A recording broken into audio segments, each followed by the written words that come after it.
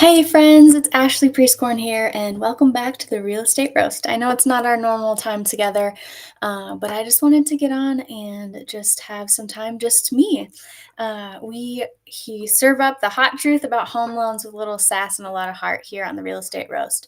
Today, we're spilling the tea on three different things that come up all the time when I'm helping first-time home buyers: late payments, FHA loans, and how the credit score actually works in real life, not just on TikTok.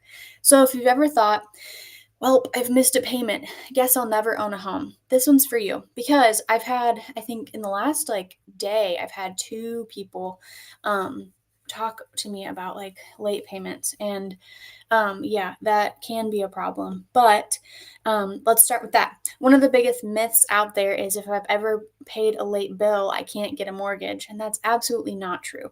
Now, am I saying it doesn't matter? Absolutely not. But here's the real deal: one late payment won't destroy your chances of getting homeownership. What lenders care about is patterns, not perfection. If your credit report shows a one time oops 6 months ago, but you've been on top of things since, that's called a comeback story, and lenders love a comeback. Here's the key: the more time that passes since that late payment, the less impact it has. And if it's more than 12 months old, that's old news in the lender world. But what I will say is reach out to your loan officer, that what you make sure that what you've got is legitimate. There might be some things that we can do to kind of figure that out for you. So, better to ask than to just think, oh, I can never afford a mortgage because of those late payments. Okay, so now let's talk about credit scores and how they tie into FHA loans. So many of you all think you need a 750 credit score to even think about buying a home, which is false. In fact, with an FHA loan, you can qualify with a score as low as 580 and sometimes even 500, depending on the situation.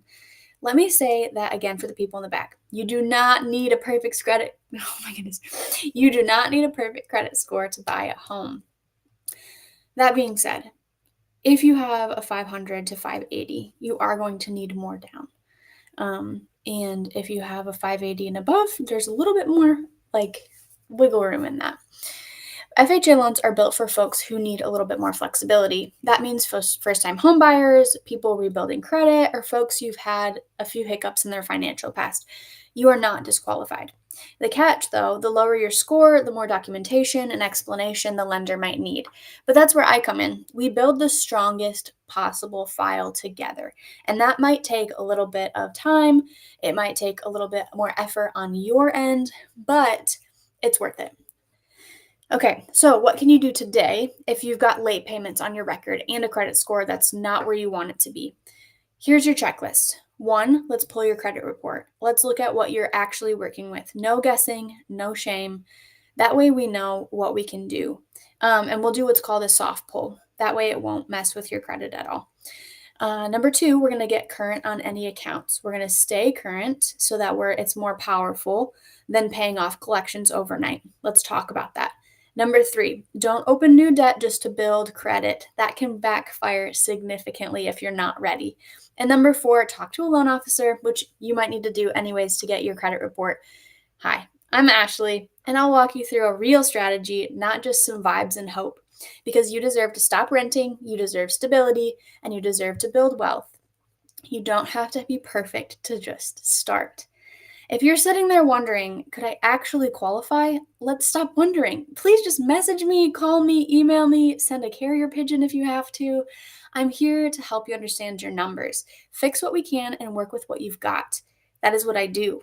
Thanks for tuning into the Real Estate Roast. And don't forget to subscribe, share this episode with a friend who needs a pep talk, and I'll catch you next time with more truth, tips, and probably another